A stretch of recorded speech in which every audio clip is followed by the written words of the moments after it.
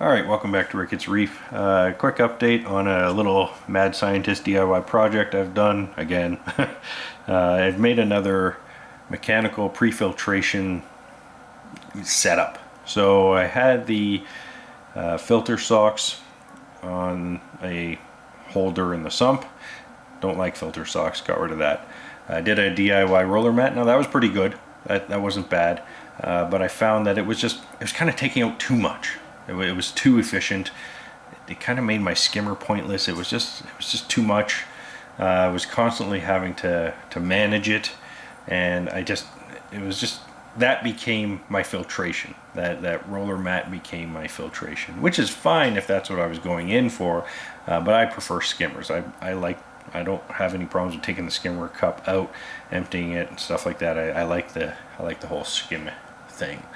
But I did want to have some mechanical pre-filtration, especially after I do like a water change. I put a lot of particulates in the water column, and I don't want it settling into areas of the sump. Even though I clean the sump out, I wanted to minimize, the detritus that settles in the sump between my water changes each week.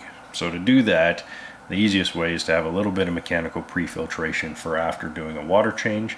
I could just put socks on the outlets from the display and the inlets into the sump, but then I'm back to socks. I just don't like socks as an idea with the whole turning them inside out and get my hands all gunky and saving them up until I have enough to do a wash or something like that. I don't have a very good rinsing sink like I had in my last house, so I'm using my shower, which does have a sprayer, but I end up soaking my feet every time I use it. It's not fun. I don't like socks, never did. So I've come up with this idea. So this is, you might have heard me say a couple times, I like the idea of having like a filter furnace in my sump. So if you have a furnace in your house, they have filters. It's usually like this panel that you slide into this section, this kind of like thin opening in just before your furnace on the air inlet. And then what happens is the air goes through the filter, goes into the furnace, gets heated up or cooled, and then gets pumped throughout the rest of your house. And those filters are usually pretty cheap. You can usually get like a pack of 8 or 4 for like $8, the cheaper ones, and you just throw them out when you're done. Now I'm not using air filters on my aquarium, but I'm gonna make some myself and kind of use them when I need them. And then when I'm done with them, I can either throw them out or I can reuse them. So I'm going to start by just using up the rest of that polyester stuff I was using for my DIY roller mat, and then once that's done, I'll probably switch to like a lot of guys use that polyfill stuff, and they use it till it's done because it's super cheap, and then they just chuck it out. So before I install it in my sump, this is how it's going to work. So this will stick onto my first baffle. So what it is, it's a big sheet of egg crate, and it's got these 2 kind of hooks that will go on the first baffle, and then this will be sitting against the sump glass, and then there is some plastic cardboard. So basically what's happening here is all the particulates, especially the big ones, will be forced to kind of go through here, and then when I want to clean, I just install my filter, and then when I'm done with it, after about a day or so, I take it out, I take it to the shower, I turn it this way because all the gunk is going to collect on this side. I turn it this way, and I just rinse it from behind, rinse, throw it in the bucket, and leave it there till the next time I want to use it. So this is a reusable filter. Eventually when this one dies and I use up all my fabric that I was using, I will basically turn this into a polyfill holder, and then it'll do the same thing. I'll slide it in there, the polyfill will get dirty, take it out, take off the polyfill, throw it away. So that's what I'm going for. So let's take a look what it'll look like on the sump. Alright, so here we are on the other side of the filter with it installed. There it is down there. Sorry for my kind of zooming. I'm not very good at zooming. The autofocus is really loud, and my eyes aren't great, which is one reason why I'm pushing this tank as much as I can with what little money I have, because there's a good chance I'm going to be blind in about 20 years. Doctors are saying. Just, I had a pretty bad accident a while ago, and it's created some stigmas, and I guess from the whole stress and trauma, blah blah blah blah blah, there's a good chance I'm gonna be blind before it's time for me to go. So yeah, anyway, enough of that. The filter, there it is there. So essentially, if you see what's going on here, and I just did a huge clean job on the tank, which is why I wanted to put it in and get it going. So it's hooked on to this baffle. You see the glass baffle there? It's hooked on there, and it's kind of boxed off, and then the inlet over to here is down there. It goes right to directly where the skimmer is, and I just cleaned the skimmer cup, so it's just started picking stuff up. Now everything's kind of out of place because I'm doing a big clean, but there it is. It's a vertical filter. Now most tanks, they have like a horizontal. They've got the socks, which are held kind of horizontal, and then, you know, some people will put floss or foam or something as horizontal. So it's kind of the same thing. It's just, you know, it's just a different orientation. So it sits in this little kind of nook down here. Let's see if I can zoom that properly.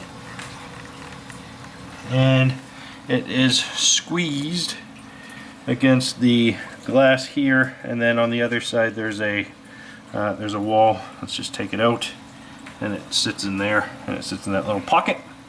And then to put it back in, I just slide it down, and the water pressure keeps it pushed against the back, so I don't have to fix it to anything, just slides off and on. Now it's pretty dirty because I did a huge detritus and algae clean. I'll go over that in a second.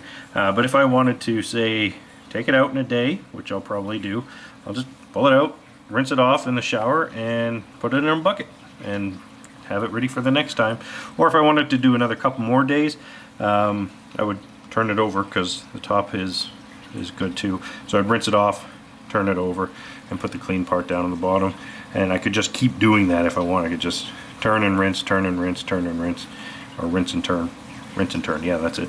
So yeah, it's pretty good. Eventually what I'll probably do is I'll be getting away from this kind of polyester or poly wrap stuff and go to polyfill. I'll make a basket, and the basket will hold polyfill, so when I'm done with it, it will just get thrown out as opposed to me cleaning it. And polyfill is pretty cheap. A lot of people use it. Because it's not sealed, I don't know how much the water level will rise as it gets dirty. It may a bit, but, and then again it may not. But as long as the detritus and stuff gets trapped and kept in that area and filtered out as much as possible, that's what I'm going for. And it's easy. So it's there when I need it, and I can simply take it off and clean it and store it when I don't. So hopefully that fulfills my mechanical filtration needs, as little as they are pre-filter needs. As for the tank, everything's doing well. It's a little grungy because I just did that huge clean. So I have never cleaned this back glass and side glass in 7 months. Yeah, so it's pretty nasty. And it got to the point where, you know, I've got my nutrients fairly in check, and that kind of algae is still on the glass.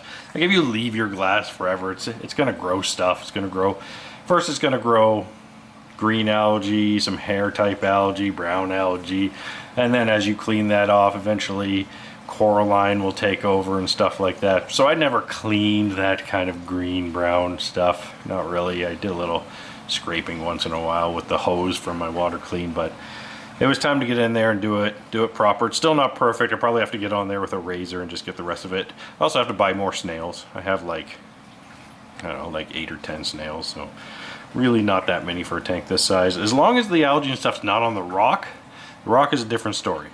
Side and the back glass that I don't clean, it's kind of okay. You know, it's actually its own little refugium kind of thing. It's growing and taking up nutrients, and it's not bothering anything other than, you know, if you care not to look at it, then it could be a little unsightly. But I didn't care. In fact, it kind of looked neat. It kind of looked like Mine was brownish, so it kind of looked like a mat of brown star polyp. I also cleaned my power heads for the first time in a long time. That one I haven't cleaned in 5 months, and this one I haven't cleaned in a month. So that one definitely needed it. I could tell the juice was not in them. So yeah, let's take a look quickly where the concept came from for the filter. So here, right there. So if you see, this is the air inlet into the furnace, and then one of these filters just slides in there, and then when those filters are done, you chuck them out because they're just surrounded by paper. Like there's really nothing. There's nothing much to those filters, which is why you can buy like 4 for $8, and I buy the cheap ones because I'm not trying to make a completely, you know, clean house. We live right by a farm. We do get quite dusty. We like to keep our windows open. So, you know, those are really just to save my furnace fan and stuff like that. And you don't need expensive ones to do that. You just got to get out the big particles, and the little particles will just kind of go around and get taken out by the HVAC or whatever it is. So yeah, that's where the concept came from, and it seems to work. Now I just got to tidy up my water change mess, and it's cleared up. Like it's only been in there an hour, and this tank was just inundated with particulates, just completely super cloudy. It's not looking too bad. Not looking too bad at all. Well, because it's mostly getting stuck on that. If I can zoom, I think I'm out of focus. Whatever, you get it. So yeah, that's it. The vertical filter baffle thing. I don't know what to call it. It's just another way to filter. Alright, comments, questions, always welcome. Later.